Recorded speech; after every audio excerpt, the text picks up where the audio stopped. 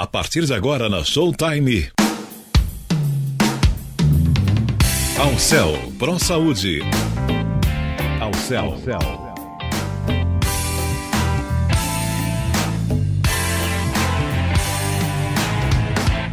Alcel Pro Saúde.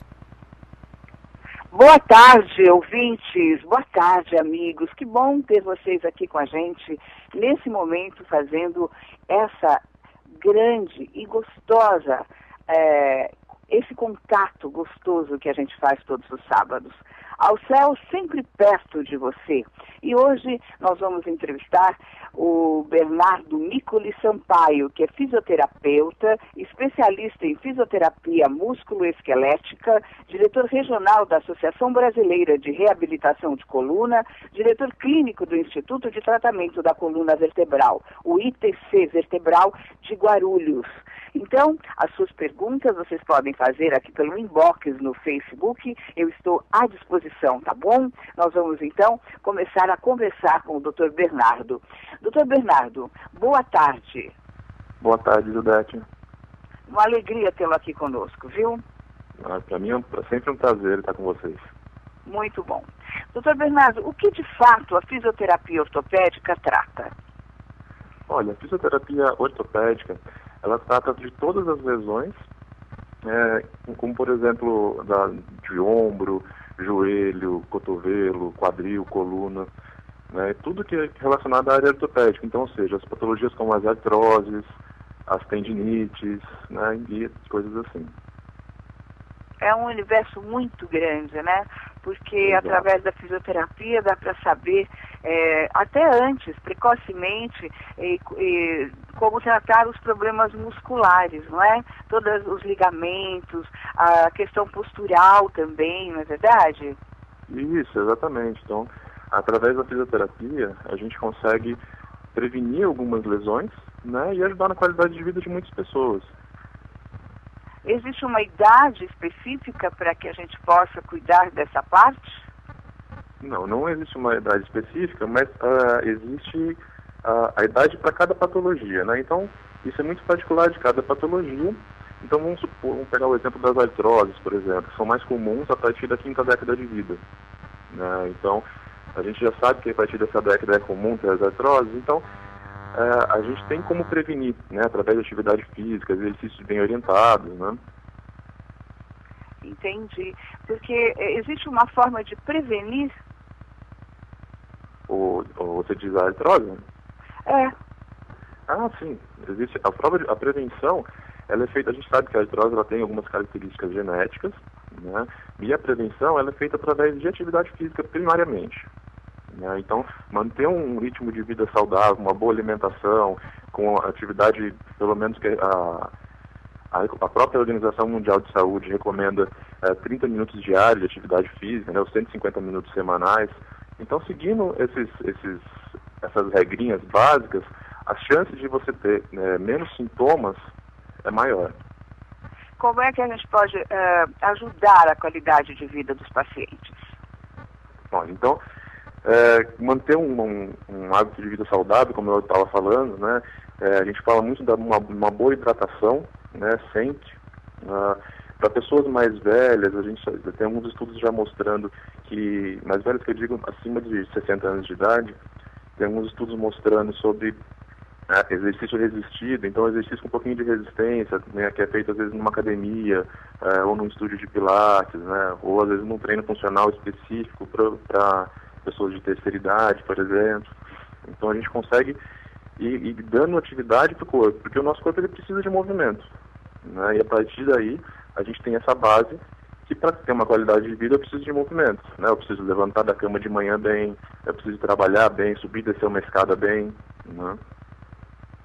Existem muitos idosos que fazem esse tipo de exercícios como atividade física mesmo, né? Subir, descer a escada, levantar e abaixar os braços, dobrar, colocar a mão na cabeça, enfim, exercícios assim simples, que para nós seria simples, mas que para os idosos já começa a complicar, né? Exato, porque a gente tem, com o envelhecimento é comum, né? Da mesma forma que a nossa pele envelhece, também os ligamentos envelhecem, os músculos envelhecem, né? Então a gente precisa manter a atividade para eles terem uma função, né? A musculatura, o corpo continuar tendo função. Então é exatamente como você disse, se para a gente é uma coisa simples, subir e descer uma escada, para muitas pessoas, às vezes realmente não é. Então o corpo precisa desse estímulo. É verdade. Hoje em dia as pessoas sentem muitas dores nas costas, né? A incapacidade de realizar atividades diárias. Por que isso é tão comum ultimamente? Sim, sim. Hoje em dia tem se associado muito ao estilo de vida que a gente tem levado. Então uma coisa que não sei se a palavra certa seria criticar, mas é uma coisa que chama muita atenção, é que hoje em dia a gente passa muito tempo sentado, né? Então o sentar tem ocasionado algumas lesões futuras, né? O muito tempo sentado, né? Então essa é uma das coisas que está relacionada a algumas lesões, como por exemplo as hérnias de disco lombar, né? Até as artroses de quadril, de joelho, que o muito tempo sentado, além da postura ruim, também volta aquilo que a gente estava falando antes do imobilismo, né? O corpo não se movimenta, então a gente tem uma maior pressão articular, enfim, aí vira uma cascata de reação. É verdade. Quer dizer que o sentar também, existe uma forma de se sentar corretamente, né? Quando a gente coloca o cóccix e a coluna apoiada na parte de trás da cadeira, não é? E as pernas também têm que estar de uma forma correta, não é isso? Isso, exato. Não de uma forma, não chamar assim de melhor para sentar, é realmente a gente tentar preservar a curvatura da coluna. Então, por exemplo, a nossa coluna, ela tem algumas curvaturas, que muita gente já conhece, já ouviu falar pelo menos o nome, que é a lordose e a cifose. Então, a coluna lombar, por exemplo, ela tem uma lordose. Quando a gente senta, geralmente essa lordose ou ela retifica ou até inverte, né?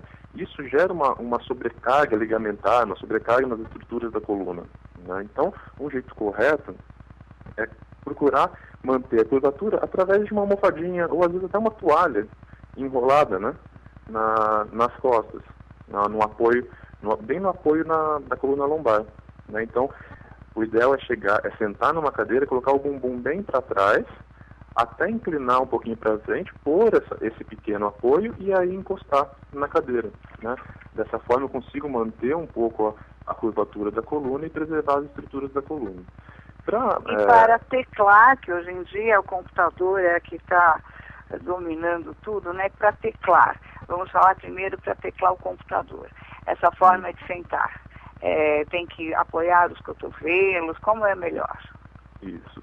O ideal, então aí no computador a gente precisa de um ajuste também aonde a gente vai utilizar esse computador. Então a bancada, o ideal é que fique mais ou menos a 90 graus o cotovelo, né? Então é o L, né, que a gente fala deixar em L o cotovelo, e o punho não pode ficar muito para cima e nem para baixo, né? E a tela do computador, aonde a pessoa está olhando, trabalhando, tem que ficar mais ou menos na altura dos olhos, para não precisar ficar com a cabeça inclinada para baixo, porque a cabeça inclinada para baixo, a gente aumenta muito também a tensão nas estruturas da coluna.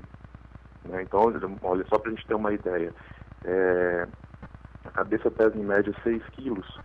Quando eu coloco essa cabeça, inclino ela muito para baixo, ela chega a gerar uma força de 60 quilos para as estruturas da coluna, né? Então você imagina isso por muito tempo, o que acontece, né? É complicado. Hoje em dia as bursfites, o exercício repetitivo tem dado muito trabalho para o senhor, né? E uma outra coisa que tem agravado bastante é o uso de smartphone e tablets, né?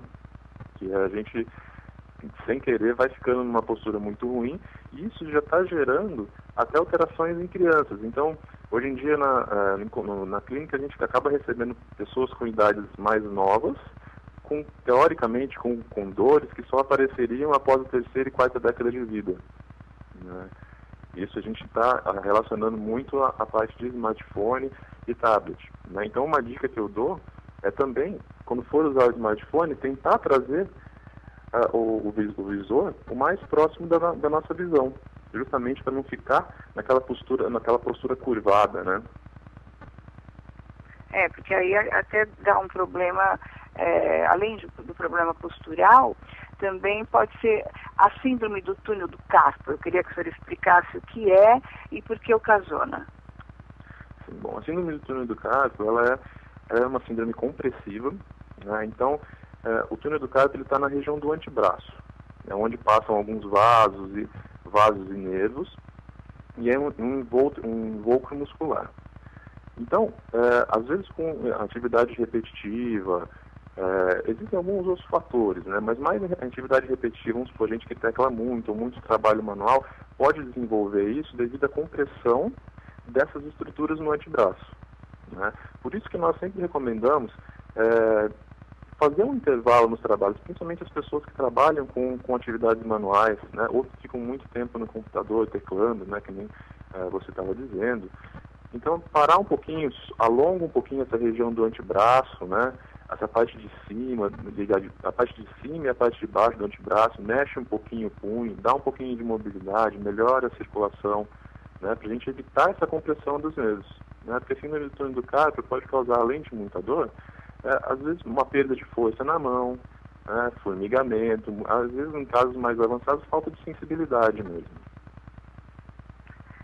E aí a pessoa sente formigamento, é muito desagradável. E qual é a solução?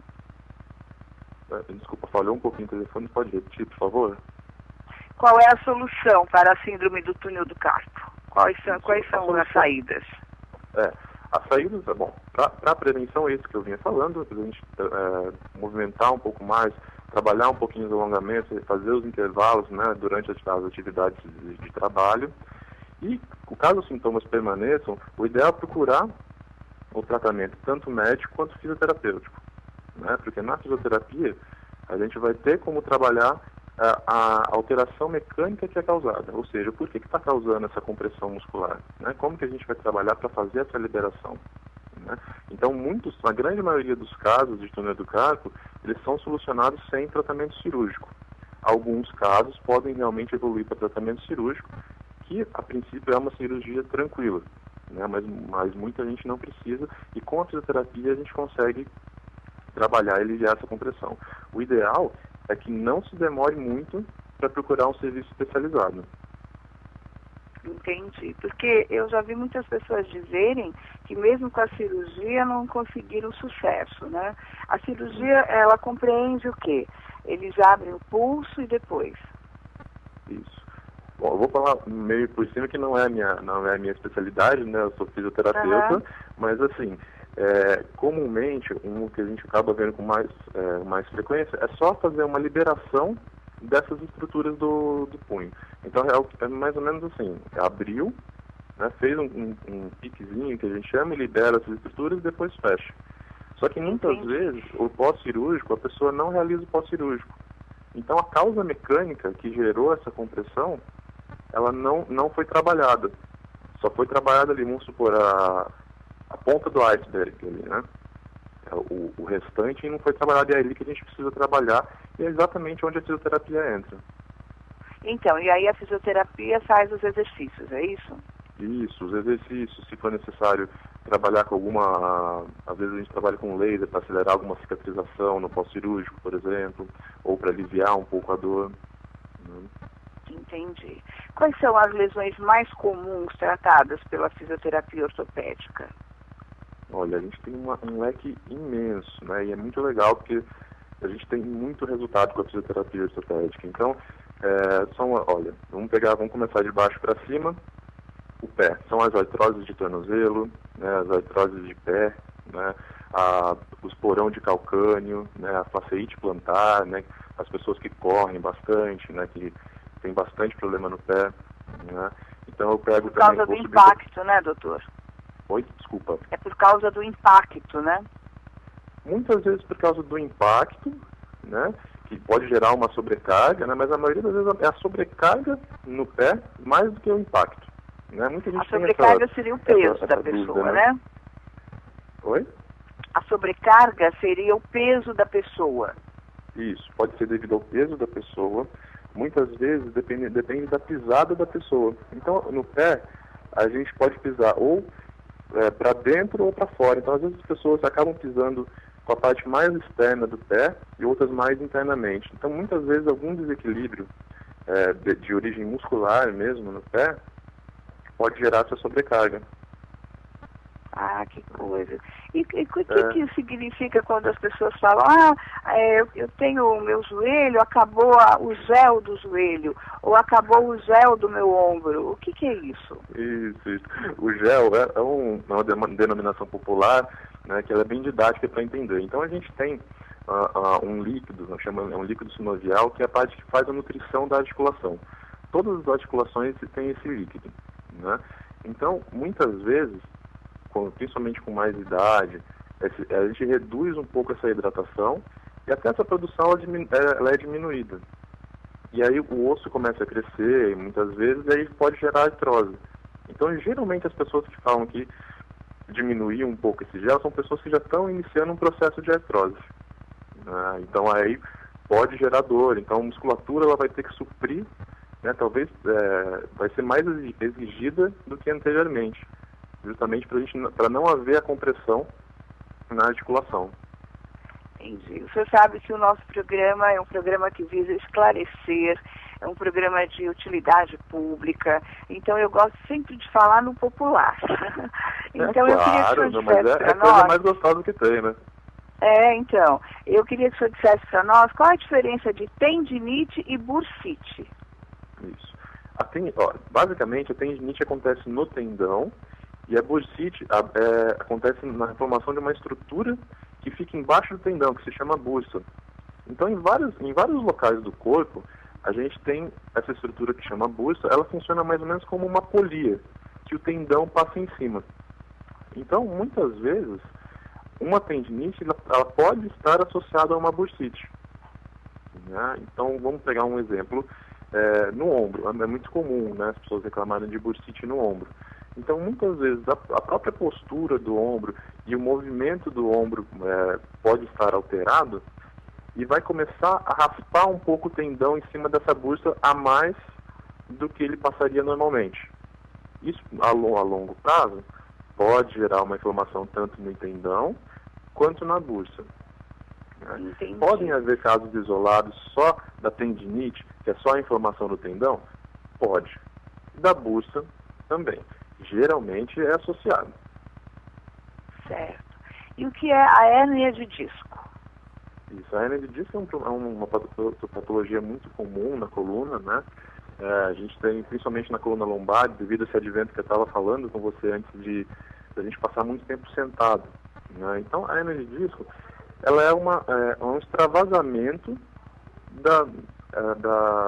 do líquido do núcleo pulposo da vértebra. O que é isso para a gente trazer para as pessoas entenderem de forma melhor? Imagina um disquinho olhando de cima, um biscoito recheado olhando de cima, né? O biscoito recheado dentro, ele é mais molinho, né? E se a gente for apertando um pouco esse recheio, ele vai indo para a borda, né? A hérnia de disco é mais ou menos isso. Então ela acaba acontecendo muitas vezes por uma pressão maior em cima do disco, que é essa parte, o recheio da bolacha, né? A hérnia de disco aí, geralmente ela vai para posterior na coluna e pode encostar um pouco nos nervos. Isso pode causar aquela famosa dor ciática, que é aquela dor que vai até o pé, né, até a perna, né? Pode até ser mais grave, causar até disfunções eréteis e disfunções urinárias, por exemplo. Dá um reflexo, né? Oi?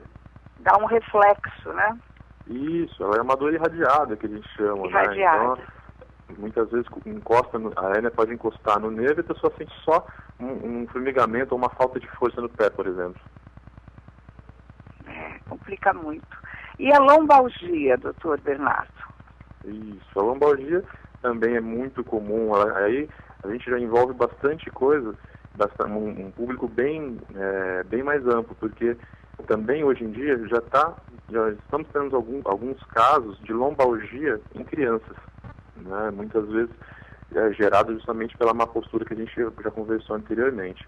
A lombalgia, ela é um diagnóstico amplo, seria uma dor na região lombar, né?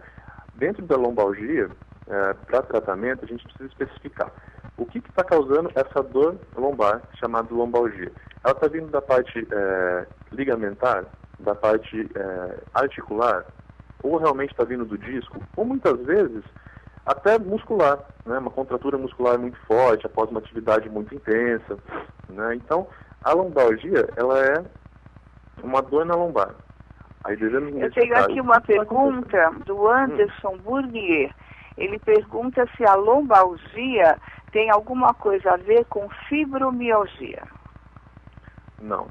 A fibromialgia, na pacientes com fibromialgia, que é uma alteração sistêmica, né, ela envolve muita coisa. Não dá pra gente falar assim, olha, a fibromialgia é isso ou aquilo. Né, tem envolvimento até do sistema nervoso central relacionado à produção de dor. Então, pacientes que têm o diagnóstico de fibromialgia podem ter lombalgia. Tá? Mas não necessariamente quem tem lombalgia é um paciente fibromialgico. Ah, entendi. Porque aqui ele fala que ele sente dores na lombar.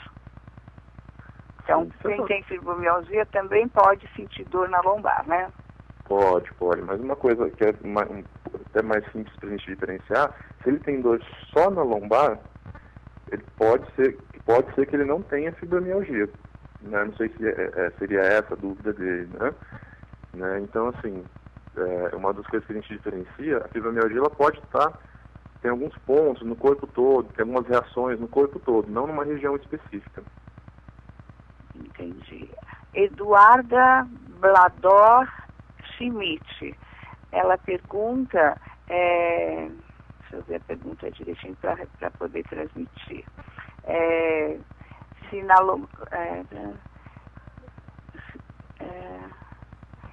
se no joelho tem artrite e artrose, se cada um é uma doença diferente. A artrite geralmente é a fase inflamatória da artrose, né? Então, quando ela se inicia, a gente chama de artrite, né? Diferentemente, aí tem um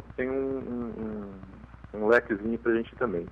Tem que ver se a artrite que ela está perguntando não é a artrite reumatoide, que aí é uma outra patologia. Ela vai para a área de patologias reumáticas, que aí envolve a parte genética e outras coisas além da parte ortopédica. Agora, falando só da parte ortopédica, a artrite e a artrose ela acaba sendo a mesma coisa. Uma na fase inicial e outra no estágio já progressivo. Entendi. Ana Maria Conrado. Eu caí há 4 meses e usei a bota e fiquei um tempo. Agora eu sinto muitas dores. O que eu preciso fazer? Sim, Ana Maria, olha, pelo que eu entendi, se usou a bota, teve alguma alteração no pé, talvez um entorse ou até mesmo uma fratura.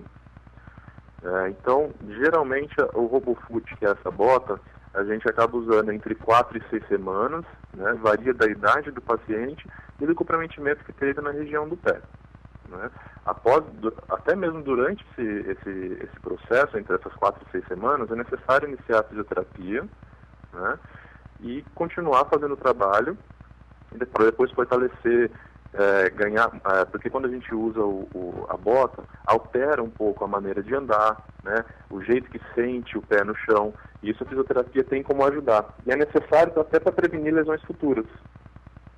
Então, a minha sugestão é procurar um serviço de fisioterapia especializado na área ortopédica, né? O fisioterapeuta vai te avaliar e determinar uma conduta.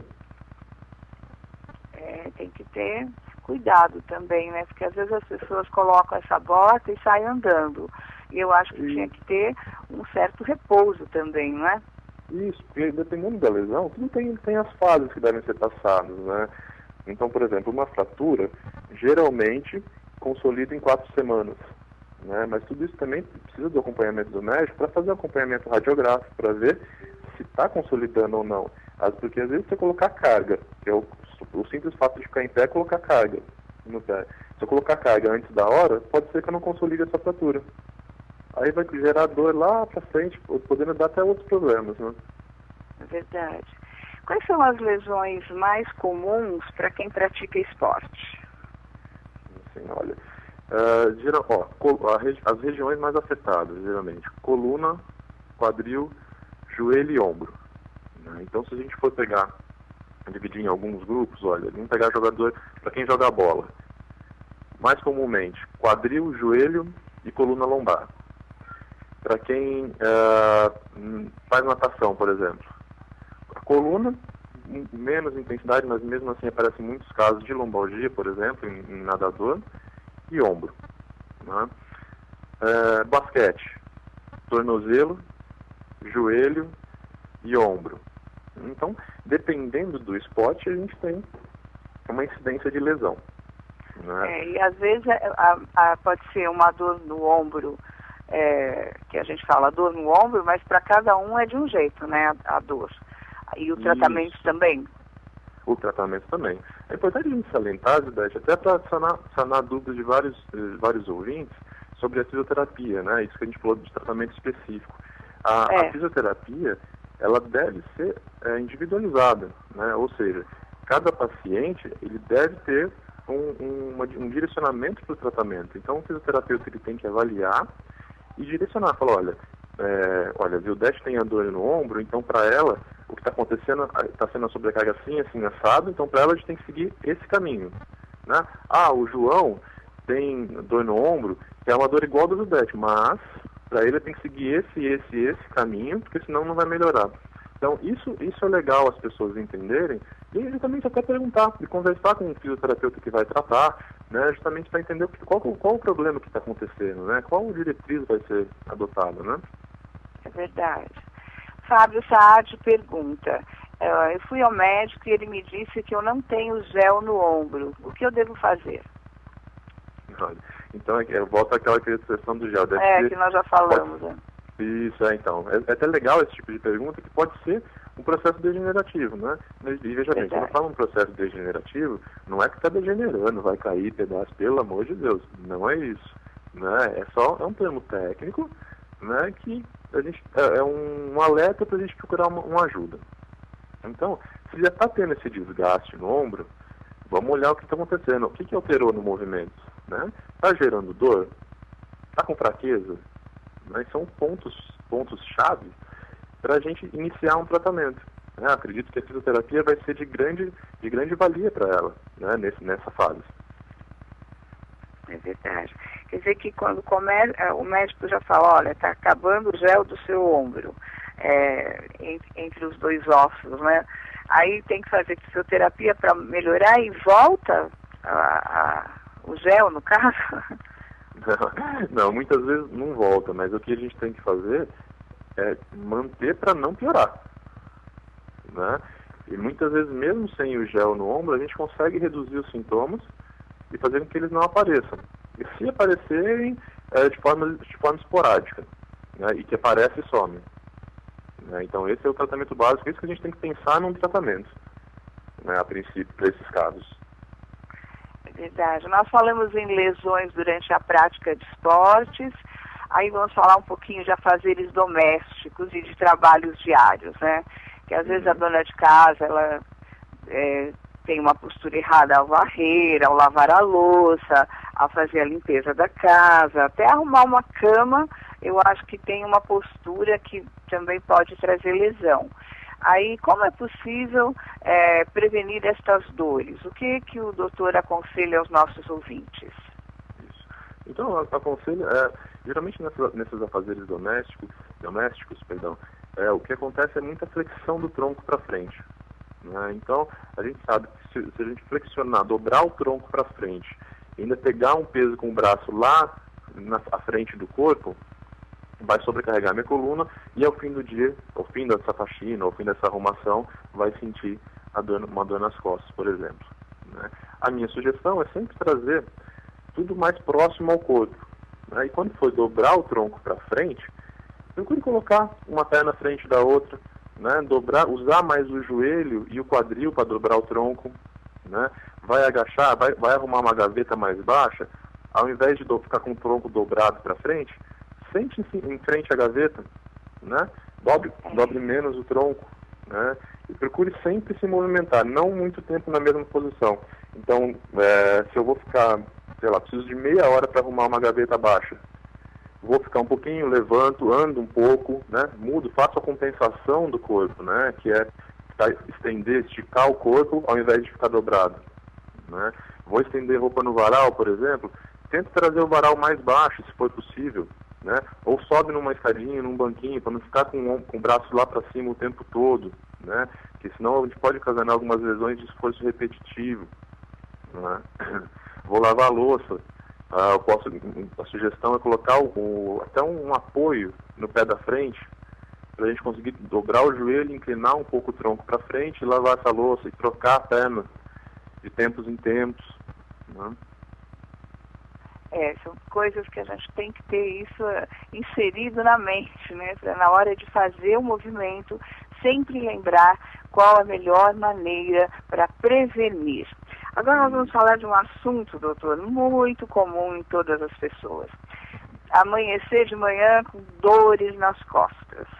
É possível saber a origem das dores nas costas, e dor nas costas tem cura? Dor nas costas tem cura, sim, né?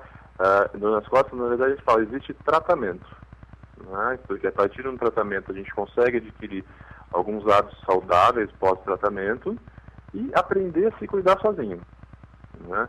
Geralmente, a rigidez matinal, ela pode indicar ou às vezes patologia no disco, ou às vezes ligamentar, né? Algumas vezes até articular. Então, por exemplo, eu levanto com dor nas costas, eu levanto rígido, aí eu começo a me mexer, começo a andar passo e não sinto mais nada. Eu vou dormir, não sinto nada. Aí só no outro dia, quando eu acordo, que eu fico rígido de novo, aí repete o processo e nada aumenta a minha dor. Talvez tenha sido só uma sobrecarga feita ao longo do dia anterior, né? E isso é uma rigidez. Então, após uma avaliação correta, a gente provavelmente o direcionamento do tratamento para essa pessoa vai ser um trabalho mais de mobilidade na coluna. Trabalhar a musculatura certa e o jeito certo de movimentar a articulação. Agora, por exemplo, eu acordo de manhã muito rígido, minha dor aumenta de manhã, dói a perna, vou levantar, formiga a perna e demora para passar ou não passa, olha, provavelmente está sendo uma patologia de disco ou até mesmo pode ser um caso de hérnia de disco, né? Então, essas são as diferenciações básicas que a gente pode fazer assim por cima, né? E é bom para as pessoas, para os ouvintes saberem, para buscar ajuda, né? Por exemplo, nesses casos, é interessante sempre procurar o ortopedista junto com o fisioterapeuta, né? Ou às vezes até, dependendo do caso, o fisioterapeuta direto, né? Hoje em dia, por lei, as pessoas têm acesso direto ao fisioterapeuta, e o fisioterapeuta pode ser um profissional de primeiro contato, principalmente nas patologias de coluna, né? Onde a gente sabe que somente 5% das hérnias de disco, elas são tratadas cirurgicamente, né? Certo. E essas dores nas costas podem ocasionar também dores de cabeça, né? Às vezes a pessoa tem uma dor de cabeça e não sabe por quê. É por causa da má postura. E quais seriam as formas de prevenir?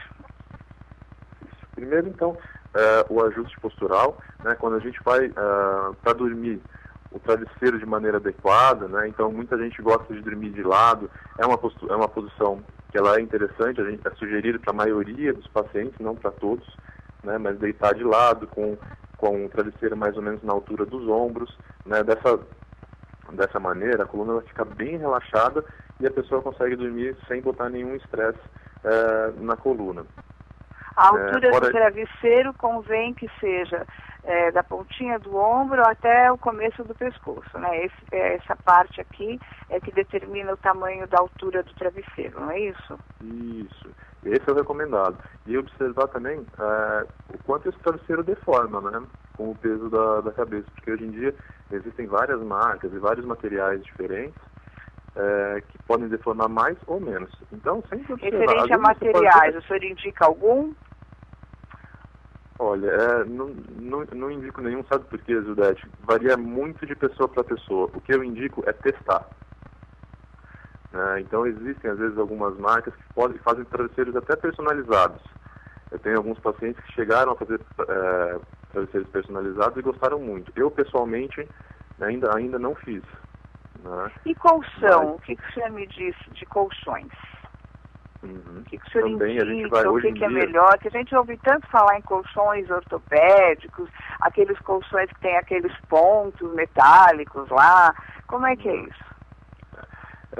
Eu vou um pouquinho para o lado mais científico, Judete, porque existe muita coisa no mercado, né? Então a gente tem que seguir uma linha justamente para a gente não se perder, porque a opção nós vamos ter de monte.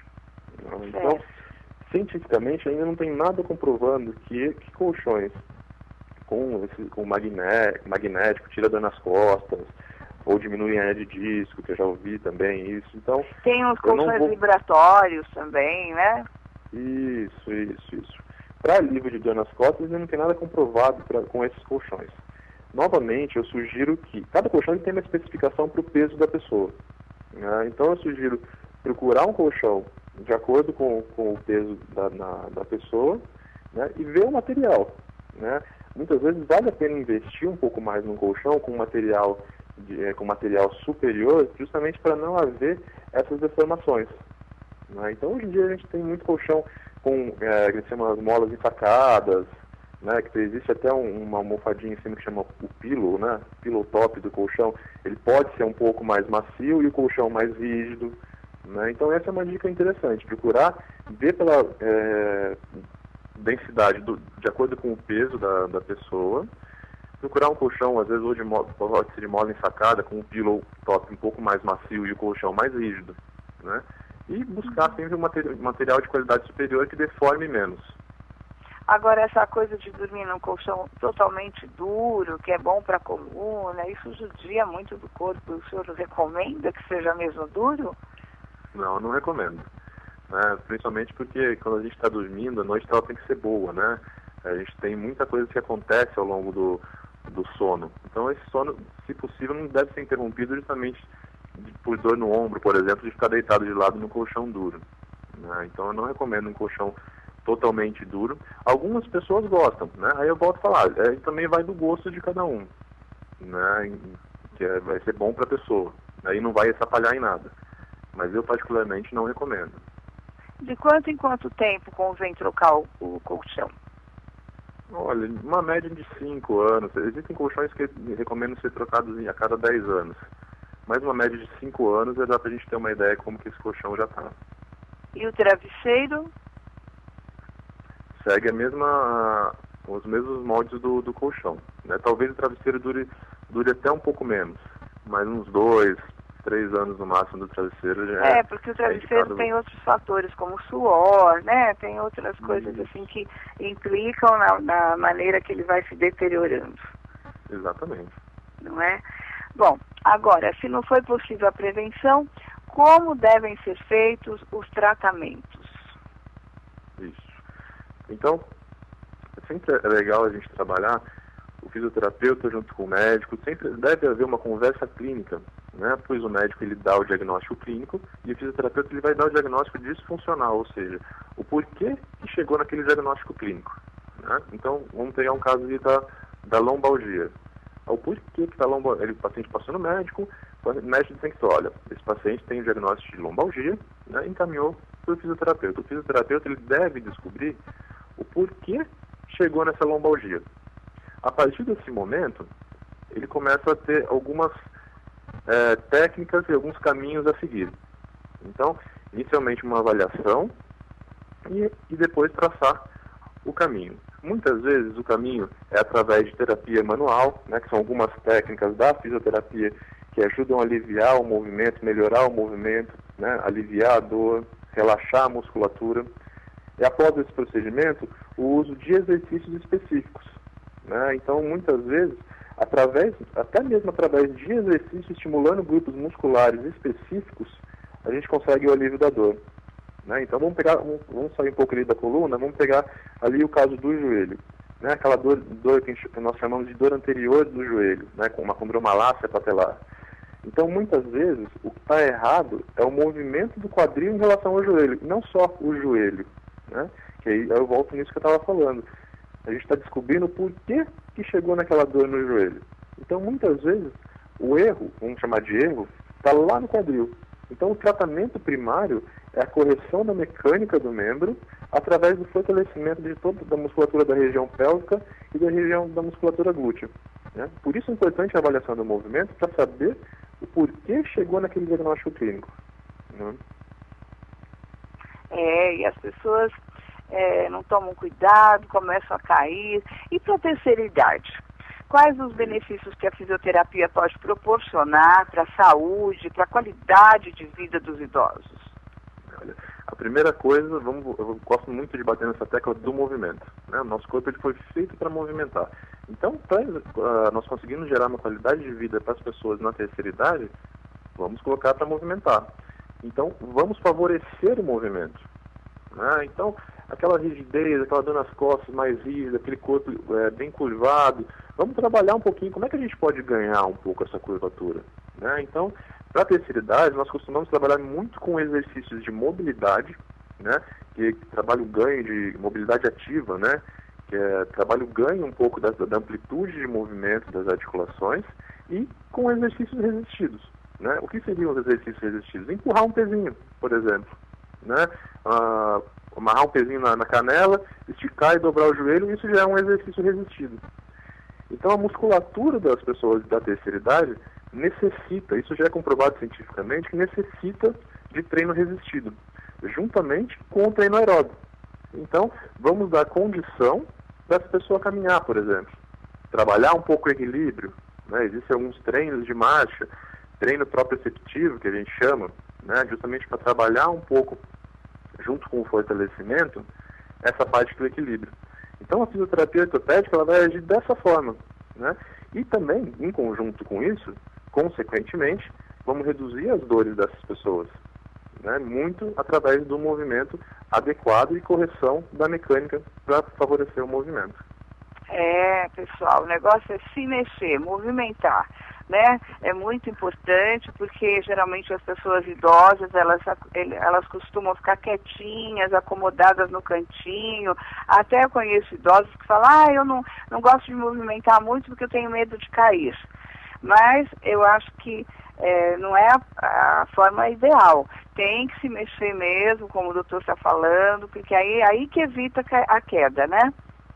Exatamente, né? Porque o idoso, com o tempo, também o corpo vai perdendo um pouco a noção espacial. A gente precisa trazer isso para a realidade de novo. Tem que mostrar para o corpo que ele consegue fazer e que pode fazer. Nossa, muito importante isso que você está falando. Perde a noção do espaço, né? Isso, é bem frequente isso, né? E uma das causas, uma das coisas muito importantes e agravantes para idosos são as quedas, né? Então você pode ter várias complicações devido a uma queda no banheiro, por exemplo. Você foi levantar e não conseguiu, não teve força, né? Ou não consegue por rigidez, né? Então isso tem como a gente prevenir com isso. Para determinados idosos tudo é difícil, né? Até sentar no vaso para fazer suas necessidades se torna um problema, porque aí ele tem que forçar o joelho para sentar, ele tem que forçar a lombar para sentar, e depois para levantar também é difícil. Então, são coisas que a gente, no nosso dia a dia, a gente não imagina, mas na hora da realidade, na hora que você lida com o idoso, você começa a perceber todas essas deficiências, toda essa parte de não colocar tapetinho no caminho do idoso para ele tropeçar, tomar cuidado com o animal doméstico, que o animal doméstico às vezes se entrelaça no meio das pernas do idoso. Tudo isso traz muito problema. O idoso realmente começa a ter assim a mobilidade mais precária, e aí o fisioterapeuta ele pode proporcionar a saúde e a qualidade de vida, não é isso? Exatamente, né? E até mesmo o fisioterapeuta pode auxiliar alguns recursos em casa, né? Então, com a utilização de barras, né, barras de segurança em casa, principalmente ao lado da privada, dentro do box, são de extrema utilidade e muito importante para os idosos, principalmente aqueles que moram sozinhos. É mesmo. Eu conheço até também umas cadeirinhas que podem ser colocadas na parede para que ele possa sentar para tomar o seu banho de uma forma mais adequada, né?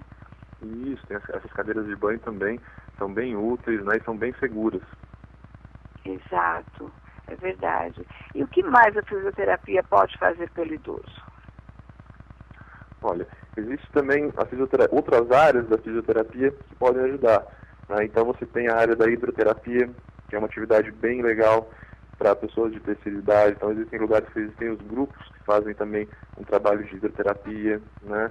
Porque o idoso precisa trabalhar a capacidade cardiopulmonar, né? Então você tem a outra especialidade da fisioterapia, que é a fisioterapia respiratória, a cardiorrespiratória, justamente para trabalhar essa capacidade pulmonar, né, dos idosos, que uma outra coisa também que afeta muitos idosos é a pneumonia, por exemplo, né? Então a gente tem que estar sempre buscando o máximo do corpo, né? A maquininha tem que sempre estar trabalhando para não parar de trabalhar de vez, né? Prorrogar um pouco mais, né? E envelhecer de forma saudável.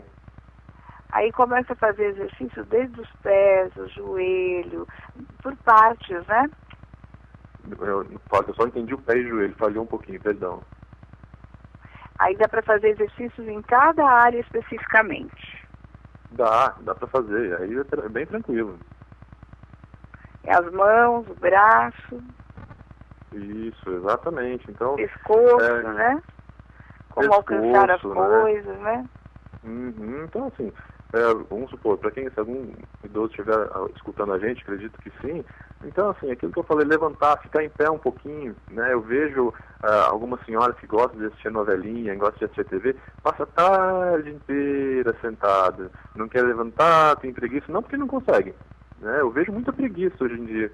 E eu até entendo, né? Cansa um pouquinho mais, é normal, né? A gente tem que entender que os idosos cansam mais que a gente, né? Então, muitas vezes, o próprio banho quente vai ser muito desgastante, né, para o idoso, né? Então, por isso que é legal os recursos auxiliares, né? Mas, então, a dica que eu deixo é que fica o dia inteiro sentado, levanta um pouquinho, mexe a cabeça de um lado para o outro, como se fosse fazer o não, né, para cima e para baixo, como se fosse fazer o sim, né?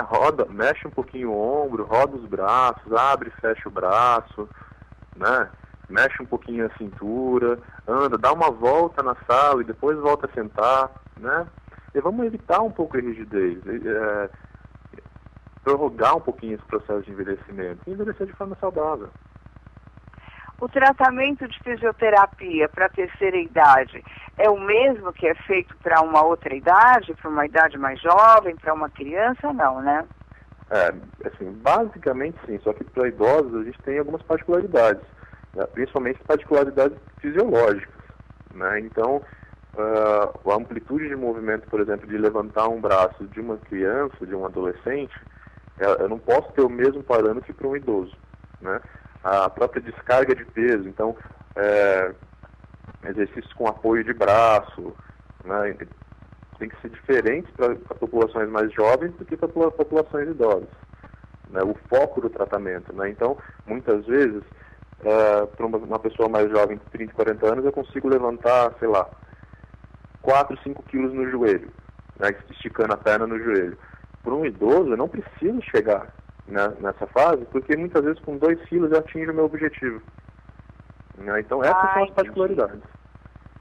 E existe alguma restrição? Sim, a restrição seria mais também da parte fisiológica, né?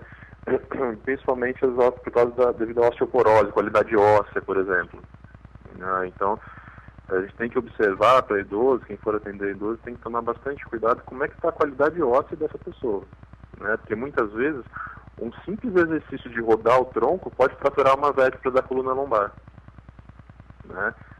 Só que aí existem exames clínicos que dá para constatar isso, né? Então você tem densitometria óssea, por exemplo, é o mais comum, né? Que é pedido comumente pelos médicos ortopedistas e geriatras. E aí também implica no fator enxergar, né? O idoso, ele põe na cabeça que ele não pode fazer as coisas, né? E aí tem entre o senhor com o seu jeito, com a sua delicadeza, com o seu estudo, com a parte científica, para fazer com que o idoso entenda que ele também é capaz e, claro, o senhor vai colocar os exercícios mais ideais para cada um, né?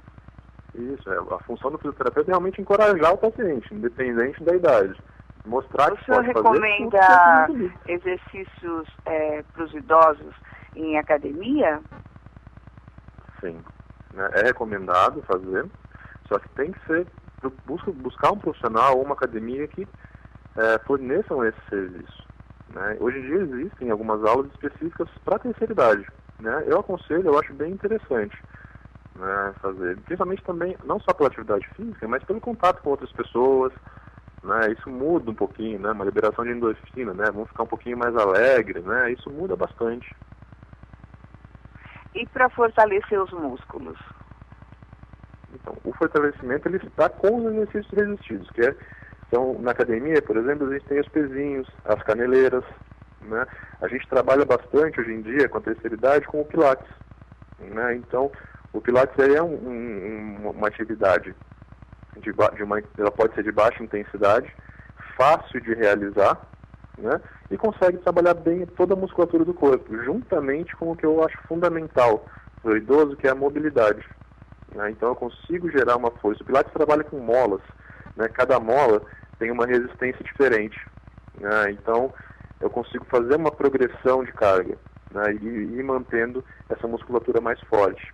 Né? O mesmo também com a musculação. Conforme eu vou aumentando a carga, eu consigo uma hipertrofia, né, da musculatura, ou uma manutenção dessa musculatura, para não perder mais massa muscular, que é uma coisa que acontece com frequência na terceira idade. Aí o músculo forte faz com que eles fiquem mais encorajados a andar, a caminhar, a se movimentar, né? Aí eu vejo que o senhor é um fisioterapeuta especialista em fisioterapia músculo-esquelética. Qual é a diferença de um fisioterapeuta comum, um fisioterapeuta que estuda fisioterapia, se forma, para um especialista em fisioterapia músculo-esquelética? Isso. A grande diferença é assim, na faculdade, quando eu tenho só a formação na faculdade, eu tenho uma formação generalista de todas as áreas. Eu saio sabendo atender o básico de todas as áreas. Quando o fisioterapeuta se dirige para uma especialização, no meu caso a músculo-esquelética, ele vai ser especialista em tratar a músculo-esquelética, ou seja, ele tem o foco total na músculo-esquelética, então de todas as lesões ortopédicas. Né? Eu, no meu caso, eu não sou especialista, por exemplo, na área de cardiopulmonar. Então, eu não sei atender um paciente cardiopulmonar. Quando me perguntam, eu procuro indicar para algum colega. Da mesma forma que os médicos também fazem. Né? Então, interessante, né? Então você tem a especialidade da ortopedia, da cardiologia, né? Geralmente quando você está com dor no joelho, você acaba não procurando um cardiologista. Ou se tem um cardiologista que é conhecido seu, você pergunta para ele que ortopedista, né, você me indica. Então essa é a grande diferença também na formação simples da fisioterapia e uma formação simples mais uma pós-graduação, né? Que seria ou a fisiomusculoesquelética, ou a cardiopulmonar, né? Existe também a área da saúde da mulher, que é uma área muito interessante em crescimento, né? É bem legal. Muito bom. E aí depois o senhor ainda é diretor regional da Associação Brasileira de Reabilitação da Coluna. O senhor deve ter visto muitas coisas já, e a coluna é sempre muito afetada por acidentes de moto, essa coisa toda. Quando a pessoa anda a cavalo, né, que são coisas assim bastante impactantes, né? Mas como que a pessoa consegue reabilitar a coluna sendo uma pessoa normal? O que ela precisa fazer? Os exercícios que o senhor já falou. Por exemplo, eu não tenho nada. Eu posso chegar no fisioterapeuta e fazer uma consulta, um check-up? Pode. É até engraçado isso, que assim, é uma cultura que a gente realmente não tem. Não é só aqui no Brasil, não tem, né? Por isso que eu estou perguntando. No mundo inteiro, né? Tem uma fisioterapeuta australiana que ela, num podcast recente, ela até brincou, falou, olha, da mesma forma que a gente vai no dentista periodicamente, mas no mínimo uma vez por ano, seria interessante passar no fisioterapeuta também uma vez por ano, já que todas as lesões ortopédicas, elas estão relacionadas ao movimento. Né? Então, exatamente, para fazer até as coisas. O que a gente pode fazer para prevenir? Quais são as suas orientações de prevenção? Prevenção, basicamente, exercício e postura. Né? Postura. Então, no dia a dia, os cuidados posturais para sentar, o jeito de levantar, como vai fazer as atividades de trabalho, as atividades em casa. E exercício, eu costumo sempre seguir, por exemplo, o que a Organização Mundial de Saúde recomenda, que são 150 minutos semanais. Então, em uma semana, 150 minutos semanais tem que ser realizado. Então, pelo menos 30 minutos por dia, né? Uma caminhada, né? Até um caminhada em associação com alongamento, ou uma academia, né? Porque nós estamos falando com um público muito amplo.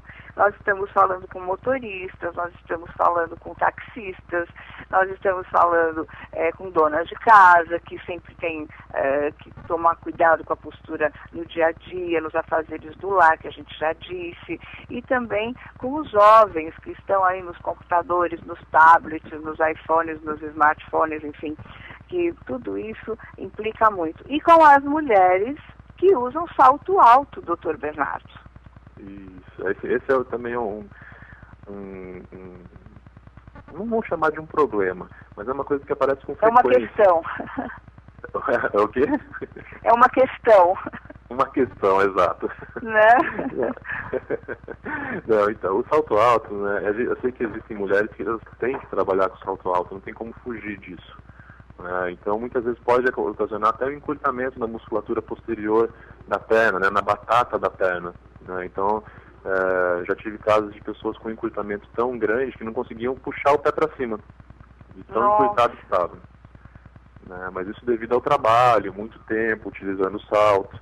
O que acontece, por exemplo, acaba forçando mais a ponta dos pés, né? A parte de trás na batata da perna, muitas vezes força um pouco a parte da frente do joelho e fatalmente a coluna lombar, porque quando as mulheres usam o salto, acaba projetando o tronco para frente.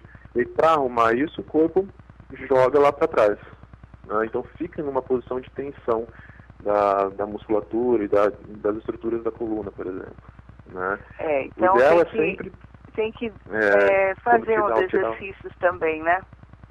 Então, manutenção do exercício. O próprio alongamento da batata da perna é interessante. Então, tirou o salto, alonga um pouquinho a batata da perna, né?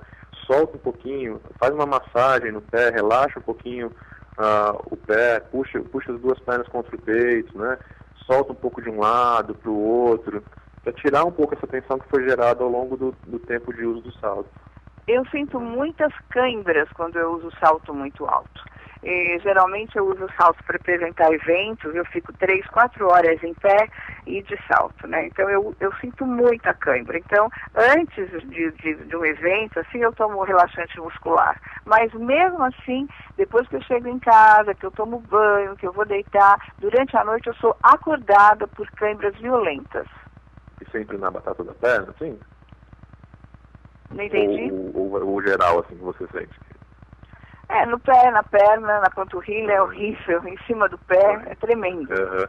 Então uma dica, a gente sempre pede para ter bastante hidratação.